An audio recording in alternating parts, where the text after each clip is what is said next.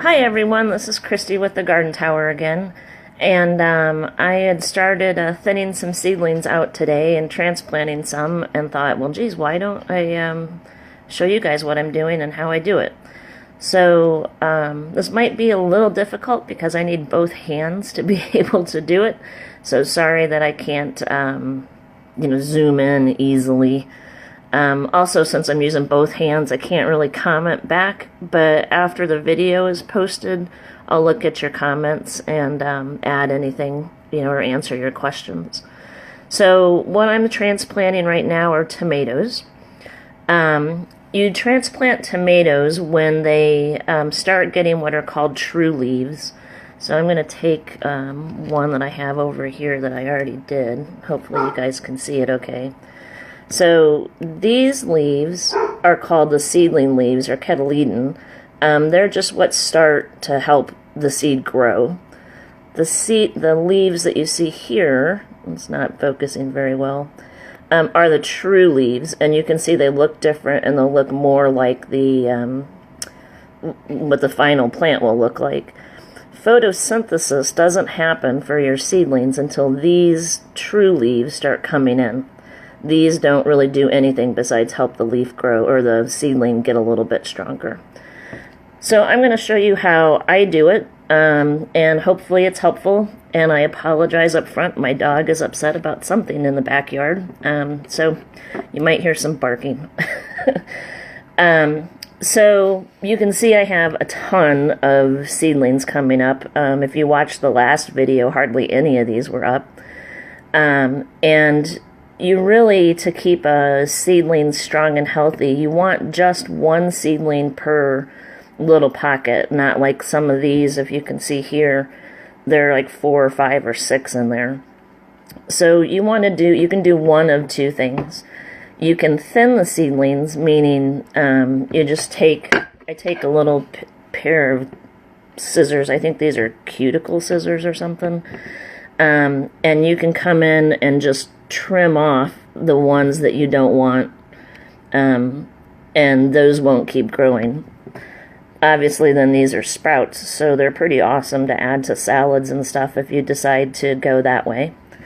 The other thing that you can do is gently take them out of the tray, separate them, and repot them, which is what I'm going to show you that I'm doing today. So, oh, I see somebody just said hi. Hi, Ken. So I'm going to pick randomly here. Most of these look like they have good primary or true leaves coming. So I just take a butter knife. And once again, if you watched my live video last week, make sure your hands are clean, your utensils are clean, because you can definitely transmit diseases to your tomatoes unknowingly. So everything has been washed. I take the knife and just very, very gently try to lift up that whole chunk of dirt that has all the seedlings in it. And so you can see they're doing pretty good. They got a lot of roots hanging down there. And they're very, very sensitive right now. So what you do is you gently tease them apart, very, very gently. So you try not to break up the roots. You can see this one has a really, really nice long root. So that's one that we definitely want to transplant versus get rid of. So I'm going to set this to the side for the moment. There were 3 or 4 in that pocket. This one doesn't have any of the true leaves yet, so I'm not going to bother transplanting that. Set that to the side. This one also, you can see it's much smaller than the other ones. It's not going to make it, so I'm going to put that off to the side. But these two have their primary, or their true leaves starting to come in. So I'm going to easily twist those apart. And I'm doing this on a little piece of paper thing because it's messy, and unfortunately I'm not a very clean person, so I usually end up making a huge mess. So I have already put together transplant things for these. These are little botanical interest pop-up cardboard boxes, and we're actually going to start selling these. I wish I would have been able to show them to you before I filled them, but I thought they were so cool I just started using them immediately. So whatever pot that you're going to transplant them in, you just want to go ahead and have it filled with soil, and also make sure it's damp already when you're putting your seedlings in. And then I'm just going to create a little hole in the middle. And I'm going to take that first one, had such a nice root structure, and gently, gently put it down in there, and very gently push it in, and then pull some dirt up around it. Now with tomatoes, every bit of the stem that you bury actually ends up creating more roots, making it a stronger plant. So there's no reason for you, even when you put it in the ground or in your tower, there's no reason to just stay at the root level. You can go all the way down to here when you put it in the ground. And then you just want to water well once you're done doing once you're done transplanting them, right? Once they start getting these true leaves, and like I said, that's when they start doing photosynthesis. That's also when they would actually start using any fertilizer to grow. So if you're using a potting mix that doesn't include any fertilizer, this would be a good time to start watering with very dilute liquid plant food.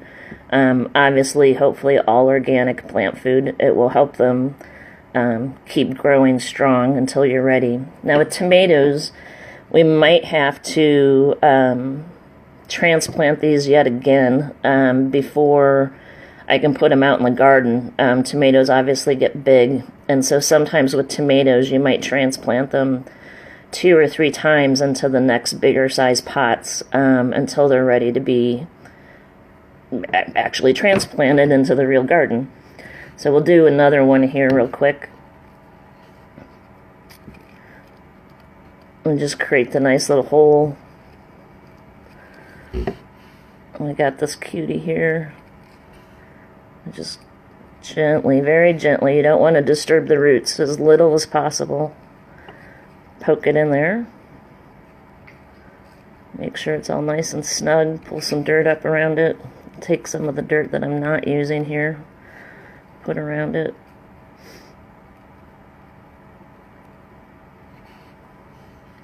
And then there's another one. So it's really easy to do this, and I'm probably, as you can tell from all of the tomatoes back there, going to have to do it a lot because I overseeded and got a little rambunctious with my gardening project. So, but once again, if you decide not to transplant, then you need to thin these out so that you're not ending up with 5 or 6 plants, because then the strongest plant won't survive. And you want to make sure that you leave it so one plant can just do its thing and not have competition from everything else before you go live, or before you put it into a regular outdoor growing situation. So I'm going to pick the phone up now and show you a couple of the other things in here, so it might give you a better idea of what true leaves look like. So one of the things that you're probably seeing... Oh, hi, Joy. Hi, Sarah. What you're seeing here, these are nasturtiums. And so you can see that they've actually gotten to the point that they have their true leaves going, and that's what the final leaf will look like. Nasturtiums are awesome to grow, especially in the tower. They trellis nice, they smell nice. And you can actually make pesto out of them. It's really good. Another one that we have here that a few people usually have difficulty with. So this is basil. And you would think it looks like these are ready to transplant, but the primary, or these first leaves, are pretty big, but these are very, very tiny. They're true leaves.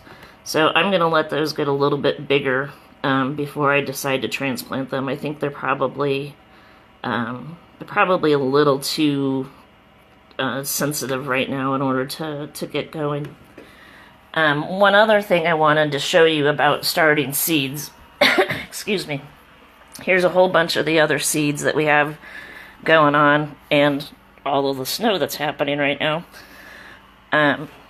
These seeds over here to the side are shard, and you can see they're leaning. You know, they're not straight up. So that's because they're trying to go towards the light. So it's a good idea to move your stuff around so that it gets equal light distribution, so they don't end up going sideways and getting spindly like that. So here's the rest of the seeds that we're doing right now. Got a lot of chard, a lot of kale. These tall ones that look like grass right here are actually Bloomsdale spinach. Spinach is not one that they usually recommend for you to start from seed. It usually does better putting it straight in the ground. But I just thought I would try it and see. So once again, oh, hi Tina, hi Sylvia. As soon as we have more information, get farther along, do another set of videos on transplanting all of these, then I will let you know. So hope it was helpful for everybody, and hopefully it's warmer where you are than it is where we are right now. So have an awesome Saturday, and hopefully I'll do another one here real soon. Thanks!